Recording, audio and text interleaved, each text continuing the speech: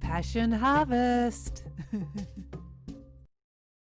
Hello and welcome to Passion Harvest. I am Louisa, your host, International Passion Ambassador. Thank you so much for being here wherever you are in the world. I can't wait to discuss with my guest today. Her name is Debra Diamond. Dr. Debra Diamond left a high-profile career as a Wall Street money manager to pursue a life of purpose and spirituality. Dr. Diamond is a best-selling author, speaker, spiritual teacher, and psychic medium. Her books are Life After Death, Miraculous, Stories of Healing and Transformation in the Extraordinary Lives of People with Newfound Powers, and Diary of a Death Doula, 25 Lessons the Dying Teach Us about the Afterlife. Dr. Diamond is a former regular CNBC commentator and Johns Hopkins University Professor. She earned a Ph.D. from the Esoteric Interfaith Theological Seminary, an MBA in finance from the George Washington University, a master's in contemporary art from Christie's education, and a certificate from the Jung Institute in Zurich, Switzerland. This is her story and this is her passion. Debra Diamond, welcome to Passion Harvest. Thank you so much. It is an absolute pleasure to be here. It's been a long time coming, but I'm so excited to finally have you on the show. I'd love to just do a bit of a brief background about your transition from corporate life to purpose and spirituality. Yeah, sure. And, as we were talking offline before the show began, I was filling you in a little bit on my background, and I was a money manager on Wall Street. That was something I really aspired to. I thought that if I could make X amount of money and be a fund manager, that was the pinnacle of success. And I did all that and more. As you mentioned, I was a commentator on CNBC and a professor at Hopkins, and I wore a lot of different hats. I started 7 different funds on Wall Street. I helped others get funds started. So I really was, had a very high profile. I was actually the first woman hedge fund manager also. So I had a Should I say congratulations? Sure, why not?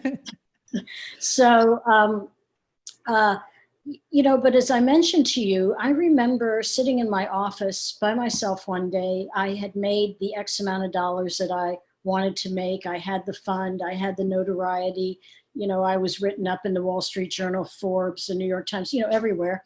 And I remember sitting there and thinking, this is meaningless. It was not at all what I thought it was going to be, and it's funny as I think about it.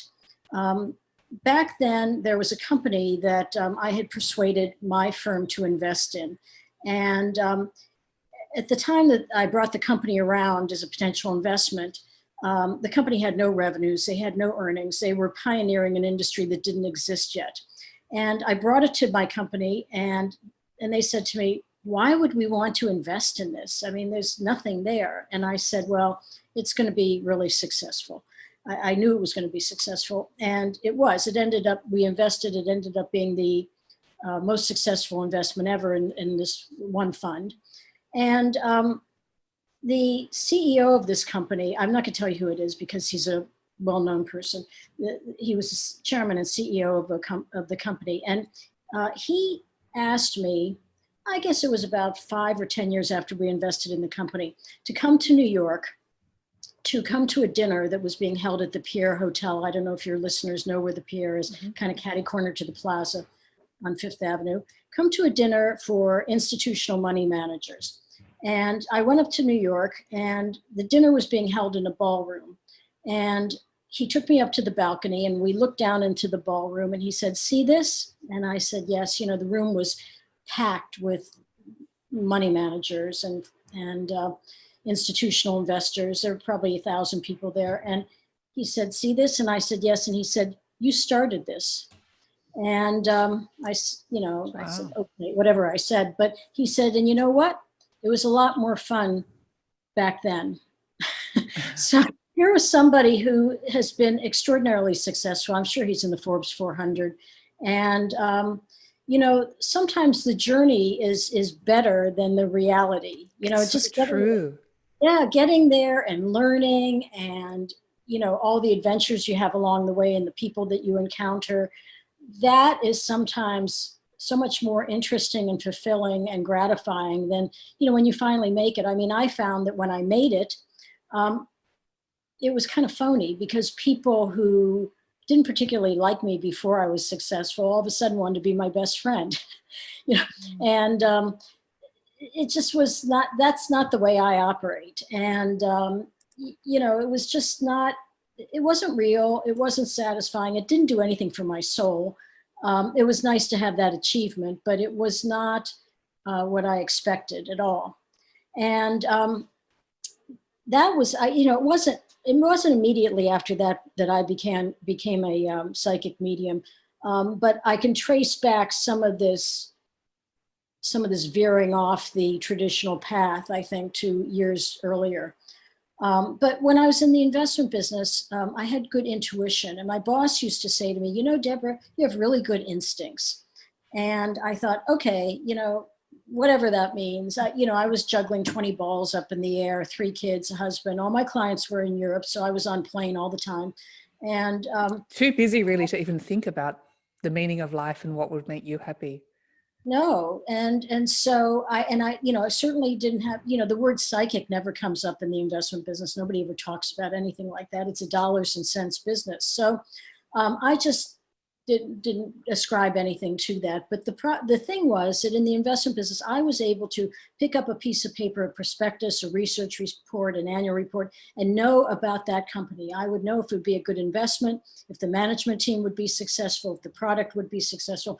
And I didn't know how, this was without reading it. I didn't know how that was possible, but everything was, I was going 150 miles an hour. So I didn't think too much about it. And it wasn't until 2007, 2008, I took an intuition development class in New York, because I thought I had pretty good intuition. It'd be fun to tune it up.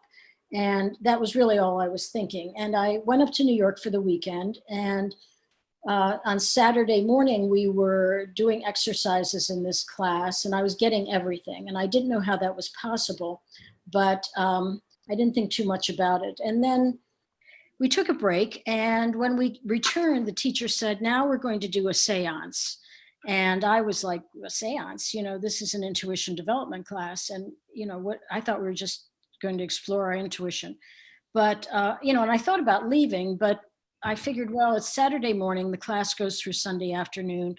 I'll just do this one exercise, a seance, nothing will happen. Nothing will happen. And then we'll go on to the next exercise. So the teacher said, I'm going to put you in a meditative state. You're going to meditate, and then I'll take you out of the meditation. And if you see anyone, you let me know, and I'll tell you what to do. And I thought, well, that doesn't pertain to me. I'm not going to see anyone. Anyway, we meditated. She brought us out of the meditation, and she said, does anyone see anyone? And I looked around the room, and everyone was looking at each other, and I raised my hand, and she said, yes, Deborah, what do you see? And I said, I see about 50 people. These were people who had passed. I was seeing my relatives who had passed. I was seeing loved ones of the other folks in the class, and I was seeing just like random people. I saw a couple of 42nd Street showgirls walking through the center of the room. But you knew, sorry to interrupt, but you knew they weren't in the physical form. They passed, they left the... Yeah, well, it was sort of like seeing someone in a dream, if you've ever had a dream and someone comes in. Also, I saw people who I knew were dead. I saw my aunt who had died, I don't know, a number of years before that. I saw another relative, a young woman who had died a few years prior to that. And they weren't alive. So, they were all there, but none of them were alive. So, but they looked alive, and they were communicating with me. They were eager to communicate with me, and they looked happy. So the teacher said, well, if you see someone in the corner of the room, chances are they go with someone sitting in that corner. And I said, I do see someone in the corner. And she asked me to describe the person. I said he was Hispanic. He had dark hair parted in the middle, big handlebar mustache, big white teeth. And as I described him, the woman sitting in that corner said, I know who that is. That's my fiance. He died 2 years ago. And that woman asked if I could identify him if she showed me pictures of him on her cell phone during the break. So I said yes, because it was the same as looking at you. He was so vivid. So during the break, she came over with her cell phone and she flipped through her pictures, and I said, there, that's him. And she said, yes, that's my fiance. Now, she had wanted to hear from him. She believed in the afterlife. She was very disappointed because it had been 2 years and she had not heard from him. But lo and behold, in this class, there was a connection that was made. So she was very grateful to me for that. And she hugged me and she thanked me. And now I come from Wall Street. There are no hugs on Wall Street. There are no thank yous either. And at all. No kisses on the cheek, or maybe fake kisses. No. It doesn't happen. No, it's just next. What are you going to do next? Okay. So, or why, so you're up 25%. How come you're not up 30? So, I recognized that I had done something meaningful for someone, and that wasn't lost on me. I spent the rest of the weekend in that class, and all kinds of things were happening. We had another seance. More people came through. People in the class were coming up to me and saying, you must have been doing this for a long time. And I said, I've never done this before. So I drove home Sunday night. I was really bewildered. I was emotionally overwhelmed. I didn't know what was happening. And I called my youngest son, who just finished his MBA at Duke. So that gives you an idea of the kind of analytical, like very kind of left brain mind he has. And I called him and I told him what happened, and he listened to me. He didn't say, that none of these things happened. He listened. And when I was all done, he said, well, that makes sense. We're just energy, and the energy has to go somewhere. And, when he said that resonated with me, because it was a scientific / spiritual kind of approach. And I could understand that, because everything is energy, and so, and that's continued to infuse my work, ever since then.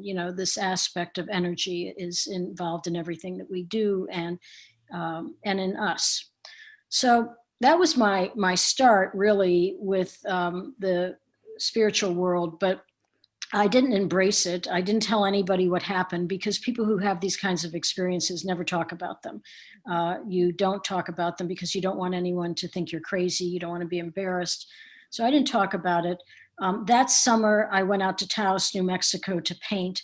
I'd been there many times in the past, and my idea was just to go out there for 2 months and paint. And I rented a casita for 2 months. And when my lease was up, I said, I'm not going back. I didn't know why, but I knew I wasn't coming back. And I stayed out there for a number of years. And now when I look back on it, I realize that this was supposed to be sort of my internship. This is when I began to unpack the energy and work with it.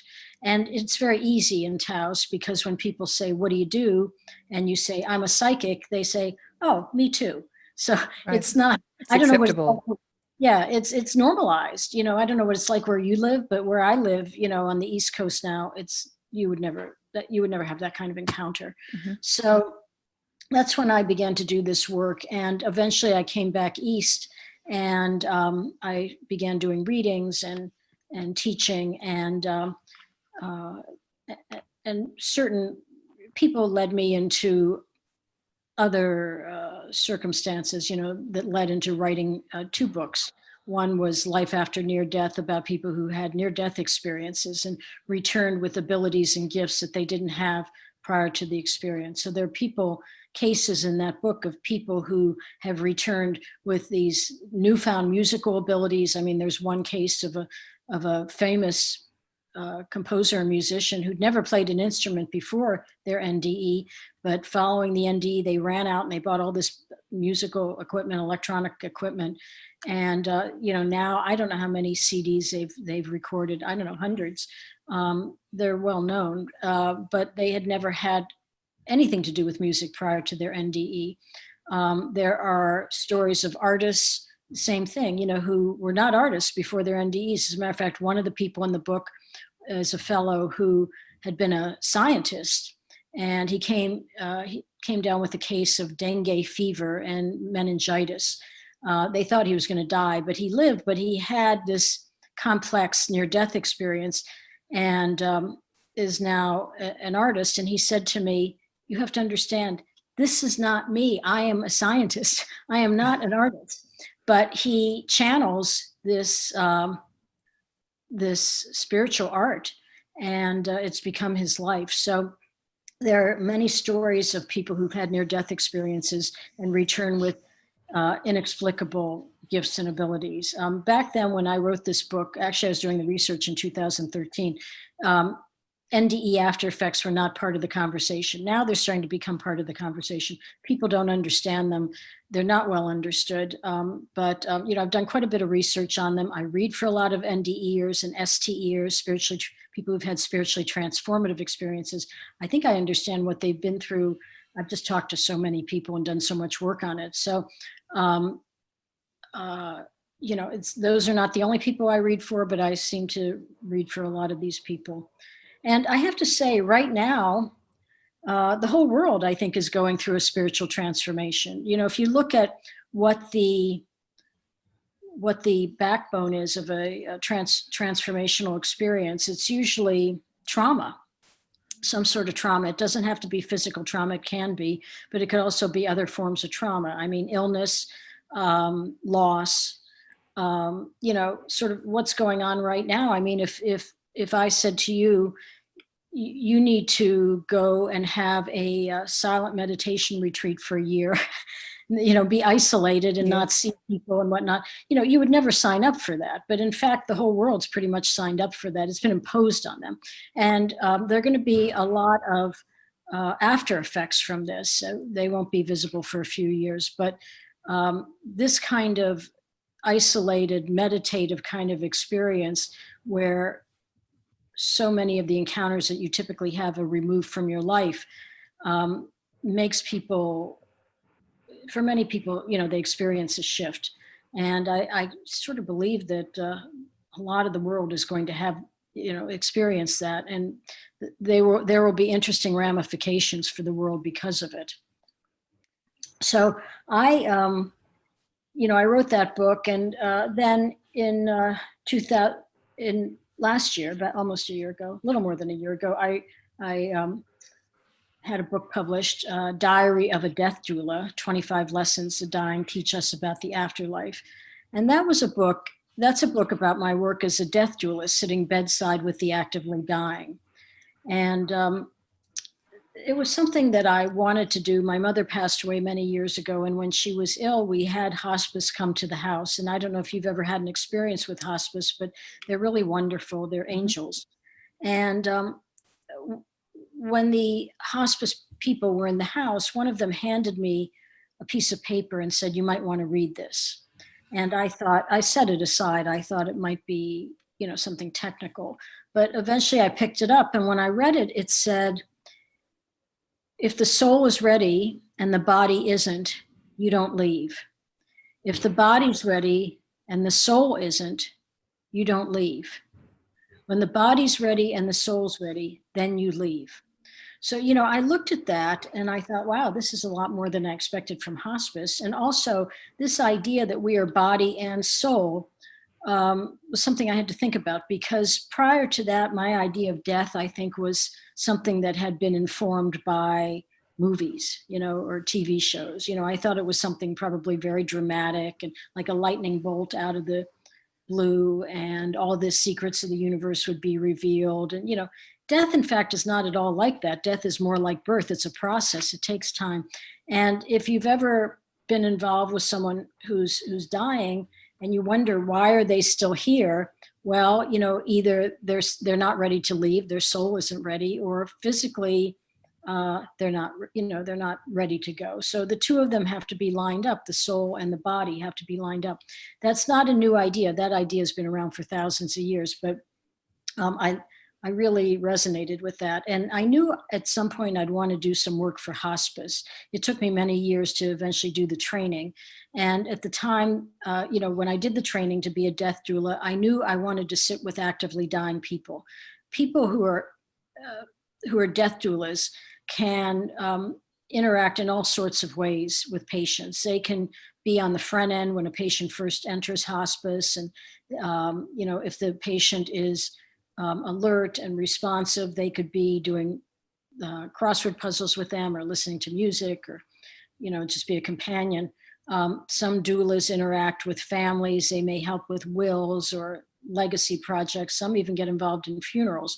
But I wanted to be a doula who sat bedside with the actively dying, because as a medium, I talk to dead people. So I knew I wasn't afraid of that. And so that's what I've done. And there's, I could say that I think everything that we know about death is wrong.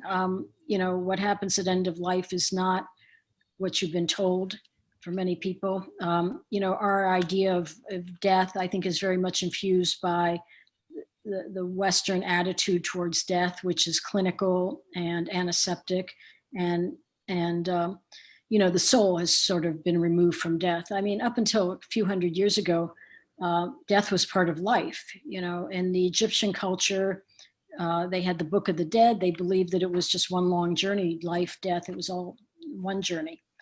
And in other ancient cultures as well. But it isn't until you get to a few hundred years ago that Western science starts to intercede. And, instead of people dying at home surrounded by their loved ones, they are whisked off to a hospital or a medicalized setting, which is, scary. And it can be very clinical and antiseptic. And, I think that's what's made people fear death. So, you've got that. And, and then in addition to that, I think if you've ever been near someone who's dying, if you see them physically, they don't often look very good, and it looks like nobody's home. But in fact, there's a lot more going on with them than is visible to the naked eye. Because I'm a medium, I'm able to see a lot of things. And even if their physical body doesn't look very good, their consciousness is active. They may not be responsive, but their consciousness is active. And there's a lot going on. They could be traveling, they could be journeying, they call it. They could be having conversations with loved ones, in the afterlife. They could be revisiting favorite memories from their youth. I mean, there's so many things that they could be doing.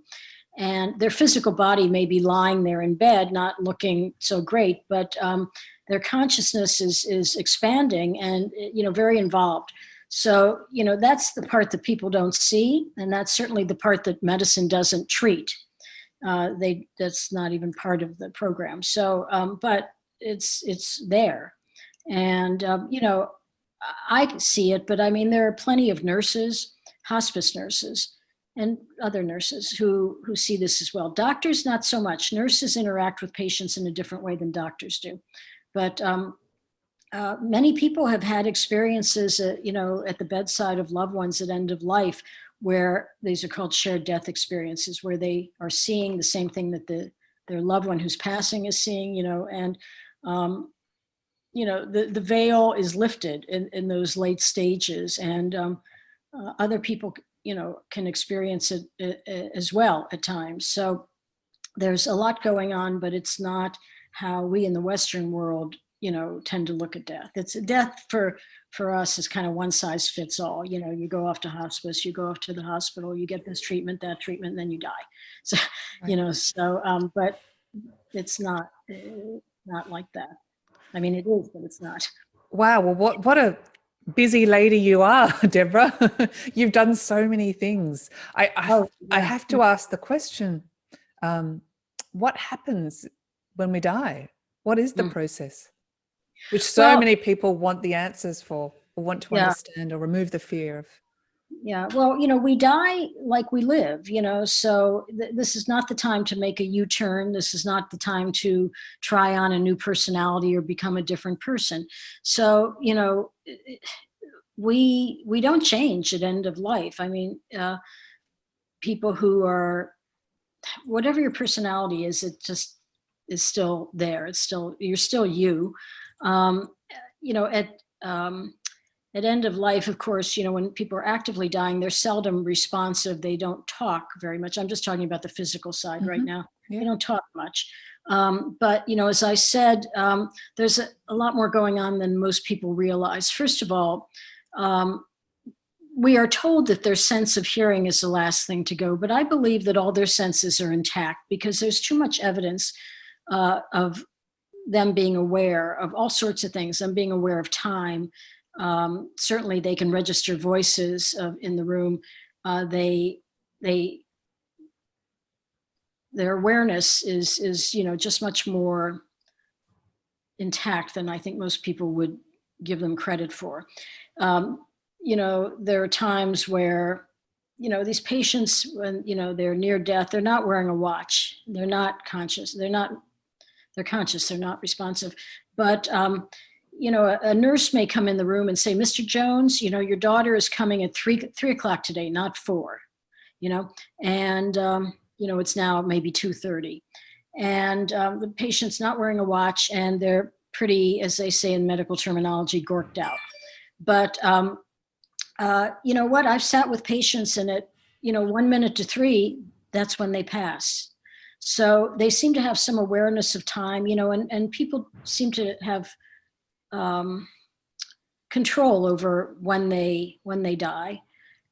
They choose when they die. There are these stories of people, loved ones, sitting at the bedside of the dying 24/7, keeping up a vigil because everybody wants to be there so mom doesn't die alone. And then somebody gets up to go get a cup of coffee, and lo and behold, that's when mom leaves. Right. Mom knows who's there and when and who isn't there. And, some people like to die in private. For some, it's a private experience. They don't want others around. Some like to have 25 people in the room, it just depends. But I think that at end of life, people are, as I mentioned, they're journeying, they're traveling, they are seeing sights to them that are similar to what NDEs see when they have their NDE. They may see glorious landscapes, they may hear beautiful music, but we can't even really describe it. We don't really have the terms to describe it. But they're having these experiences when they're out of body. And this is part of the process of how they move into this higher dimension. And for many of them, they'll say they are extremely comfortable, that it's beautiful, that, they didn't anticipate it would be like this. So I think that's, for those who are wondering what happens at end of life, I think for many people, that's what happens. Now, is that all that happens? I mean, are there no bad deaths? I can't say that. There are bad deaths. I mean, I haven't witnessed any myself, but I know from other doulas that they have sat with people who don't want to go and, are kicking and screaming. So, there's a percentage of the population who has that experience as well. But, you die as you lived, and your personality doesn't change. Now, I find that people with faith, people who are religious, they seem to sort of ease right into it a lot easier. And I notice that for some of these people, I'll see that they are seeing magnificent cathedrals or hearing choirs, and they're reflecting on it and saying, this is familiar to me, this I understand, this is what I learned, So for them, it's sort of an extension of their beliefs already. Mm-hmm. But that doesn't mean that if you are not religious, that you can't have a good death as well. So, but that's just one example. And in the higher realms, what does one experience then? And then is obviously, you mentioned before, the process of reincarnation or life is eternal. So we go to the soul goes to the higher realms, and then what happens? Well, I can't speak too much about reincarnation. I have questions about it. Okay. So I don't know, but I read for people as a medium. I'm a medium. That means I can connect with those in the afterlife. And, I talk to people who've been in the afterlife, sometimes for a very short period of time and other times for a very long period. And they all say that they're comfortable, they're happy, they're joyous, it's beautiful. There is no time in the afterlife. It's time is infinite. It's not a material world. There's no way that we can view it the same as we view our world. It's not at all the same. People are the same in terms of their personalities and their souls. They are identical. When I read for people, I would say in 99.9% of the cases, I don't know who the person is that I'm reading for. I've never met them. I have no idea who they are. And, I do a reading and they ask me to bring in their mother who died 30 years ago. And, when I bring her in, the mother will say something and the person I'm reading for will say, "That's my mother. That's exactly what my mother always said." So personality is intact. Relationships continue, relationships continue on the other side, and they continue here as well. If someone's very close to someone here, those in the afterlife sometimes like to hang out with, somebody that they really love here. And people who are here will often say to me, "Yeah, I feel like they're around me." So the afterlife is sort of the best version of us. But I don't think we can think of it in terms of how we how we experience this world, because it's not a material world. And, they can't text us or email us. I mean, they have to communicate oftentimes through symbols.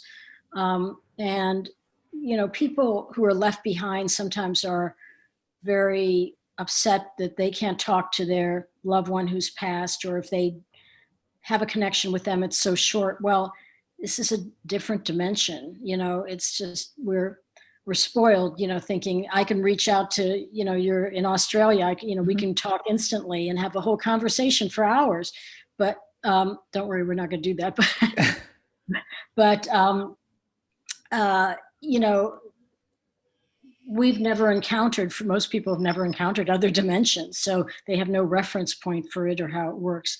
But it's different, but our loved ones remain the same in terms of their essence and their soul. But they are energy. As I said at the beginning of this talk, my son said everything is energy. Well, they are energy, and that's what creates that's how they stay intact.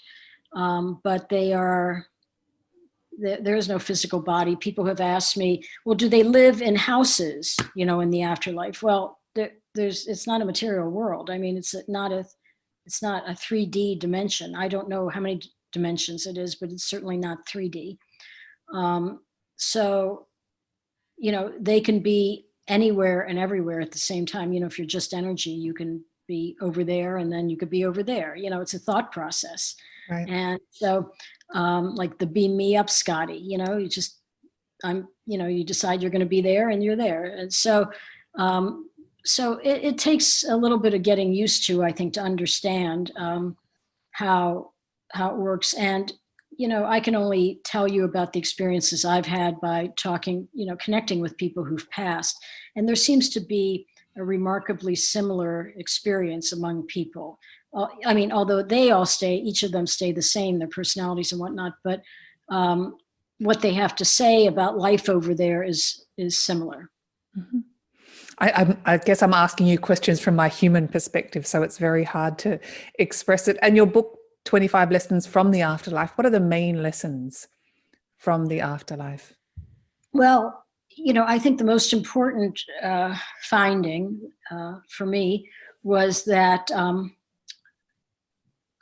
as I mentioned, people travel, they journey at end of life. And every time they are out of body and they're traveling to this other dimension, it seems as if they pick up a little energy. It's almost like they get tanked up at the universal filling station and then they return.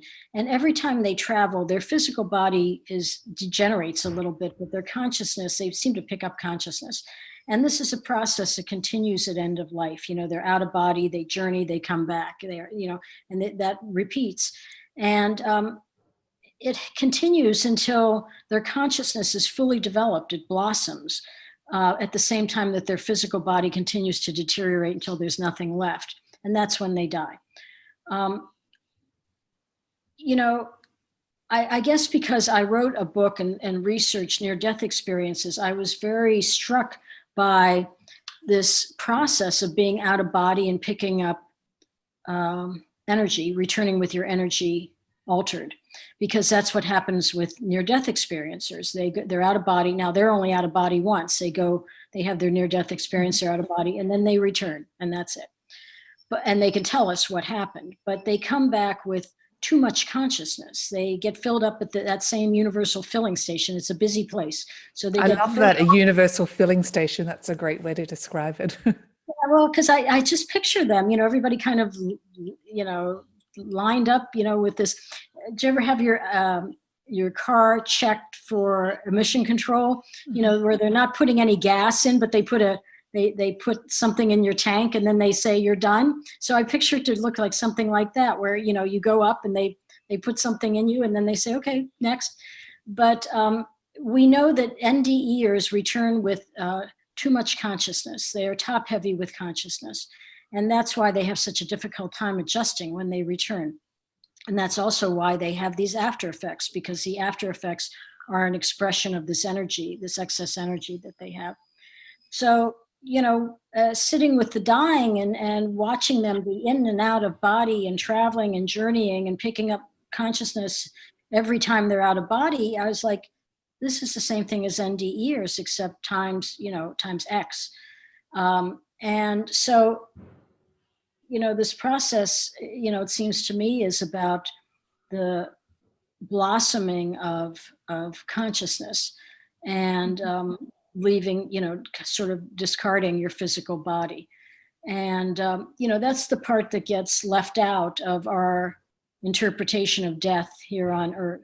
We only look at the discarding of the physical body and we say, well, that's the end of us. But it's a two-part process, and this blossoming of consciousness, I think it's something that people who are more spiritual can certainly understand and may have had their own experiences with that. But I think that's, one of the really profound lessons about death. That's great. And just back to the near-death experiences, NDE, and the blossoming of consciousness and returning, one can call it gifts. It seems that the gifts subside after a while, after the near-death experience. Is that the case in your research? No, they don't ever change. So people who return with these abilities, they're still going strong after long periods of time. They're actually a burden for a lot of people because, who wants to come back being so different? I mean, what happens is many of these people lose their, change their friends, change their jobs, move. The things that define their previous life no longer appeal to them. They are different. That's the definition of a near-death experience. It's not, whether you went through a tunnel or you saw a bright light or you had a life review. It's whether you return transformed, unable to go back to your previous life. So that's the problem. That's the dilemma for near-death experiencers. They have to continue to live with one foot in the universe and one foot on Earth. And we were not developed to live that way. It sounds like it'd be kind of neat. And people have said to me, how can I have one of those near-death experiences? That's Me exactly too. right. Yeah, that'll fix my life. Well, you don't want one. It just complicates your life. It just takes your old problems and turns them into new problems, So you don't want one. And I don't know why the universe, seems to have this idea that people, are supposed to have these near-death experiences, because millions of people have them. Mm-hmm. But they do, and they continue to have them. So, I believe that it's linked to the idea that experiencers return to Earth to become batteries of light to light the Earth, because they have all this excess consciousness, and most of them want to do good and want to distribute that light in some way. They may become psychics or mediums or Reiki masters or massage therapists or musicians. All of these are high vibration activities. So that's, and they want to help people. They have this universal love in their hearts. So they're really of service. And it's, that's certainly a good thing, but it also can complicate their lives. I think 65 to 75% of them end up divorced. Most of them leave their jobs. A lot of them can't make livings. It's not all glamorous. No, and they all fundamentally changed after the experience. Absolutely. And it doesn't, I mean, I've had people comment and say, gosh, I wish I had a near-death experience, but it doesn't necessarily make you happy. It definitely doesn't make you happy. I mean, there are many people who've had near-death experiences and spend the initial years like, well, there's no data on this, but there are a lot of people who try to kill themselves, first of all, because one thing is that, so beautiful where they were, they want to go back. Yes, you're right. I've interviewed a few people that have said, I wish I could die, or prayed to die again. Yeah, one of the people in my book, Life After Near Death, came back, was really having a very hard time adjusting, and he would go for a ride in California, I think on the Pacific Coast Highway, at 120 miles an hour in the rain, and hoping that he would crash into something, and a policeman would pull him over and say, be more careful next time. I mean, he couldn't even get himself arrested, and he tried everything. He did not want to be here. He's fine now, but I think, for a lot of people, it's a tremendous adjustment, tremendous. And some of them don't ever adjust. NDEs don't care about money, so a lot of them don't make any money. And then that's just another complicating factor. It's kind of hard to live if you don't have any money. So it's very complicated. You don't want to have a near-death experience. You really don't. It's not, the movies and television have glamorized it. They make it sound so beautiful, with rainbows and butterflies. And yes, the experience itself can be like that, but then you're back here. Then you're back here and you have to deal with everything that you still had to deal with. And now you have also new things piled on top of that. You're a different person. So it's really complicated, but there are millions of people who've had this experience. It doesn't discriminate between men, women, children, agnostic, religious, by country, it happens to many, many people. And then I guess the other question is, in your opinion, why do we come into a physical form? Why are we here? That's a really good question. I don't have the answer to that. That would be a good Well, that's question. a really good answer as well. That might be a question to ask in a reading, because, something may come in that is from another dimension, but I don't have the answer to that. I don't know. And I wanted to ask you, for those people that have lost a loved one that are grieving, what is your advice to them? Grief is such a difficult thing. It really is. You carry it with you. It changes over time, but it never goes away. And you carry that loved one in your heart. I mean, I've spoken to a lot of groups that have lost children, and that's the most difficult. And, they always want to be in touch with them. They always want to talk to them. And, I tell them that they don't need a medium to do this. I mean, anybody can do it. When I was learning to become a medium, I went to the Arthur Findlay College in the UK, School of Mediumship. And, I came over for this course, and we were sitting in the chapel the first evening, and this famous medium got up to speak. And there were about 125 of us in the class. And the medium said, you all are here to learn to become mediums. Do you want me to tell you how you become a medium? And we're all nodding our head. And he said, if you think you can do it, you can do it. And I thought, wow, I came all the way over here for that. Yeah, but it's the truth, because we all have this little doorway in our consciousness, and we can open it or we can shut it. And some people open it and some people close it. Some people who believe that they, can communicate, or, they get messages, maybe just intuitive messages. They accept them and they acknowledge them.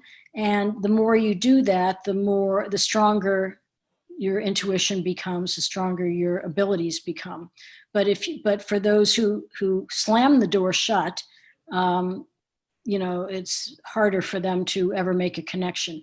But we all have that ability. Each and every one of us has that ability. And I've taught classes where I teach this in classes, and everyone is able at the end of the class to do a reading, so including very left-brain people. So it can be taught. It's possible.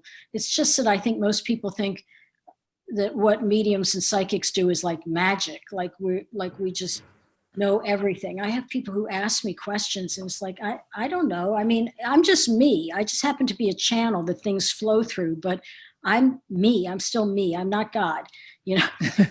That's a great way to explain it. True. I mean, people say, what do you think about, I did a class about a month ago, and somebody was like, why was the universe formed? And it's like, I don't know. Yeah. I don't know. I have no idea. I mean, I'm just a person like you are. It's just that I happen to be like a radio antenna and, could pick up things, but I don't pick them up at will. I only pick them up when I'm generally, when someone's sending it to me or when I'm working. But, we're having a conversation right now. I'm not tuned in trying to pick anything up. I'm focused on talking to you, just like you're focused on talking to me. So but it's an ability that we all have. But I think in our Western culture, this has been sort of pushed out of most people. They're told as children are very open and psychic. And the first time a child mentions to their mother, hey, mommy, look at that man in the corner, their mother says, there's nobody there, and don't ever mention that again. So that's, when the kid kind of shuts down. But for some kids, they make that comment, and the mother says, yeah, I see them too. So that kid is then never closes the door and is, remains open the rest of their lives. So, but everyone can do this. It does take practice. It does take training. On TV, they make it look like psychics just instantly know everything. Well, I've trained, I've done a lot of training for this. And, I just wasn't able to sit down and do a reading instantly in the first minute that this appeared. I had to train, just like, you would train to learn a piece of music, right? Mm-hmm. You might have the ability, but, you have to get the technique. So, but it's possible for everyone to make that connection. But number one is believe that you can do it. Absolutely. Well, believe and accept. If you are getting messages, intuitive messages, listen to them, accept them. Don't push them aside. Don't think that's my ego, or that's not the message I want to hear, so I'm not going to accept it. When you get a message, accept it, acknowledge it. And then what happens is your angels and guides will say, oh, okay, so she got that. I think I'll send Louisa another message, So then they put another message out there, But if you don't ever accept the messages, it's not, it's not going to be very active. Just a last question. You mentioned you can't do it at will, and obviously you have done a lot of training, but if you have a client, you've never not been able to connect with their loved ones that they've wanted to connect with. What I'm asking you is, because sometimes I think, oh my gosh, what if they don't come through? Or what if no one turns up to connect with me? And what if I don't receive messages? That never happens to you. Well, so the way it happens with mediums is, I'm the telephone line, but I can't make them pick up the telephone. So if they want to connect, they'll use me. But I can't go over there and grab somebody and say, come right here and talk. That's not how it works. But so, I'll always try, and they may or may not come in. Now, usually they come in. But I will say that sometimes if they're very introverted, if they're shy, they're the same over there. And, sometimes I can get them, but they're still shy or introverted. And I'll say to the client, was your mom like very quiet? Oh yeah. She liked to just sit in the corner and read. Mm-hmm. So they're the same on the other side. I mean, if I'm connecting with somebody who's extroverted, it's a lot easier.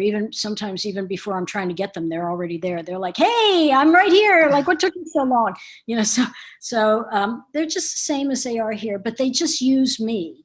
I don't have any control over who's decides to do what over there. And sometimes what happens is, mostly what happens is, whoever wants to come in with a message is coming in. It could be your third grade teacher. It could be somebody you haven't thought about for 50 years.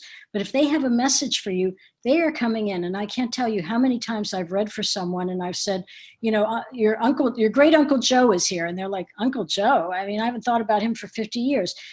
But they know on the other side what you're going through, what your life is like. And if there's some connection between your life and somebody's prior life on the other side, and something that you need to know that they can help you with, they come in.